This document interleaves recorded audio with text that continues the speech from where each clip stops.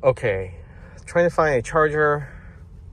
Looks like there's a charge port here, charge point charger. So let's see if a Model Y Juniper can detect parking space pretty quickly.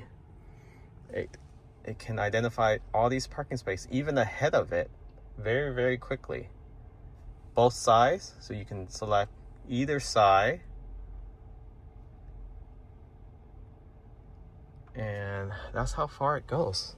So it can detect adjacent all the way back here. So let's say I want to park up here. Let's see what it does. So that's ahead up there. And I want to be away from people. So I just hit start.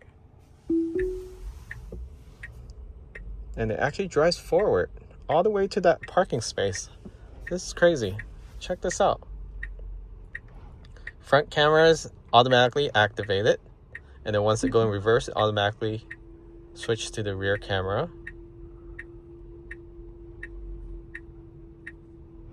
So one try, and is able to pull in perfectly. One try. Amazing.